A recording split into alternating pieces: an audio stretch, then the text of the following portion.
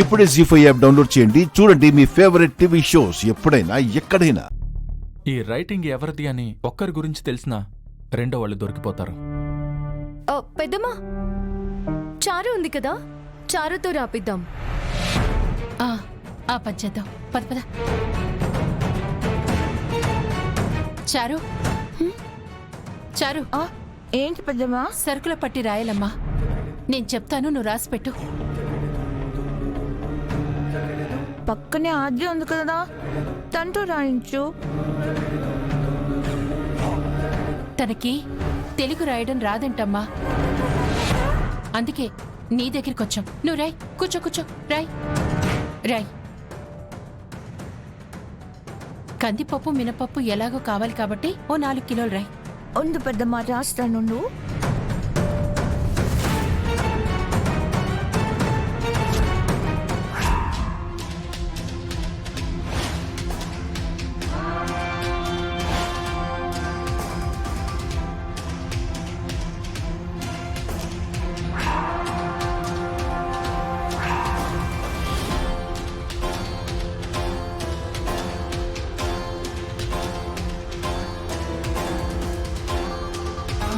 అమ్మా ఆద్య, ఆ పేపర్ నీకు దొరికిందా?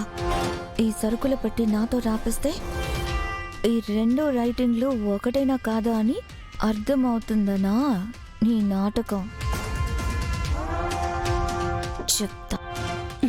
రాయి. అసలు ఈ పట్టీలు రాయడం, ఈ సరుకులు మోసుకురావడం ఏంటి పెద్దమ్మా? మరి ఆన్లైన్లో ఆర్డర్ చేస్తే 10 నిమిషాల్లో అన్ని తెచ్చి ఇంట్లో తెచ్చి పెడతారు.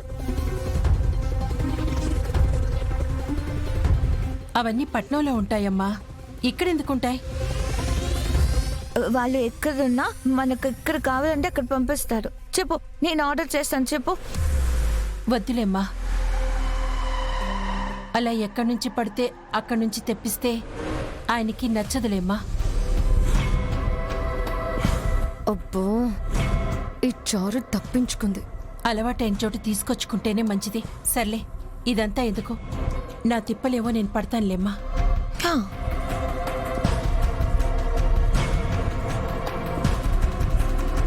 అమ్మా, అంత సులభంగా నేను దొరికేస్తానా? మరీ అంత అమాయకంగా కనిపిస్తున్నానా నీకు? అబ్బబ్బబ్బా, ఈ చారుకి ఏ పని చెయ్యాలన్నా బద్ధకమే. ఇంకెవరు రాస్తారు? ఆ పాత పట్టిలో సరుకులే తెమ్మని చెప్తానులే. ఎందుకు పెద్దమ్మా, పిన్ని ఉంది కదా, పిన్నితో రాపిద్దాం. మర్చిపోయా, పార్వతితో రాయిద్దాం. అయ్యో, ఏంటి అన్నీ మర్చిపోతున్నాను. పొయ్యి మీద అన్నం పెట్టొచ్చాను, అది మాడిపోతుంది. సరే పెద్దమ్మా, నువ్వు వెళ్ళి అన్నం సంగతి చూడు.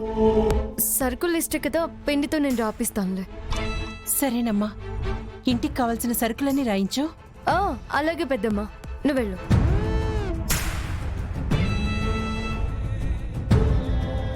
చారు మిస్ అయింది.